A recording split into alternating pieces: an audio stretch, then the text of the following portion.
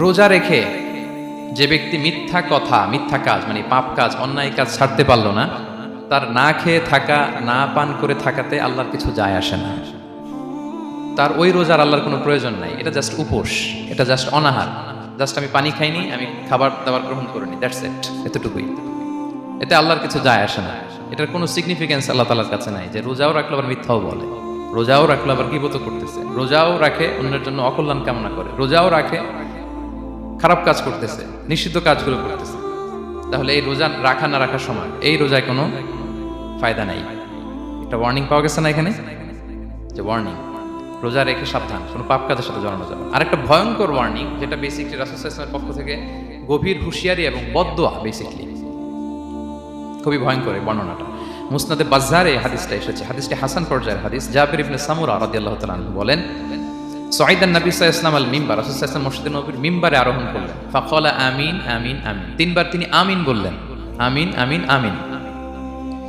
ফালাম্মা নাযালা সুইলা আন যালিক, যখন নেমে আসলেন জিজ্ঞেস করা হলো, রাসূল সাল্লাল্লাহু আলাইহি ওয়াসাল্লাম আপনি আমিন আমিন আমিন বললেন, এমন তো করতে দেখি না কখনো, কেন বললেন? ফাকালা, রাসূল সাল্লাল্লাহু আলাইহি ওয়াসাল্লাম বললেন, আতানি জিবরিলু, জিবরাইল একটু আগে আমার কাছে এসেছে। ওয়াকাল, এবং বলেছে, রহিমা আনফুমরিইন আদরাকা রমাদানা ফালাম ইউগফার লাহ, ওই ব্যক্তির ধ্বংস হোক যে রমাদান পেল কিন্তু নিজের জীবনের গুনাহ ক্ষমা করাতে পারল না। কুল আমিন, আমাকে আমিন বলতে বলা হলো, ফাকুলতু আমিন, আমি বললাম আমিন। রহিমা আনফুমরিইন যুকিরতা ইনদাহু ফালাম ইউসাল্লি আলাই, যার সামনে হে নবী আপনার নাম উচ্চারণ করা হলো কিন্তু সে আপনার উপর দুরূদ পড়ল না, তার ধ্বংস, আমি বললাম আমিন।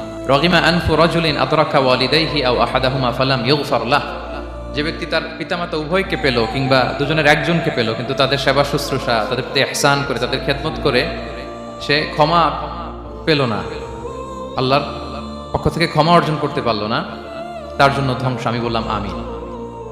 সম্মানিত সুধী, রাসূল সাল্লাল্লাহু আলাইহি ওয়াসাল্লামের পক্ষ থেকে বদদোয়া, হুঁশিয়ারি এবং তাদের ধ্বংসের জন্য রাসূল সাল্লাল্লাহু আলাইহি ওয়াসাল্লাম আমিন বলেছেন। কে আমিন বলেছেন বলেন তো সবাই?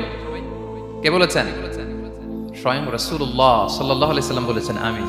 রগিমা আনফুমরিইন আদরাকা রমাদানা ফালাম ইউগফার লাহ, ওই ব্যক্তির ধ্বংস যে রমাদান পেল কিন্তু নিজের গুনাহ ক্ষমা করাতে পারল না। এবার কি একটু ভয় লাগতেছে? এতক্ষণ তো খুব হোপফুল ছিলাম আমরা, এখন কেমন মনে হচ্ছে আপনাদের বলেন? রমাদান পেলাম কিন্তু মুক্তি নিশ্চিত করতে পারলাম না, ক্ষমাপ্রাপ্ত বান্দাদের যে লিস্ট ওখানে নিজের নাম তুলতে পারলাম না, তাদের জন্য ধ্বংস।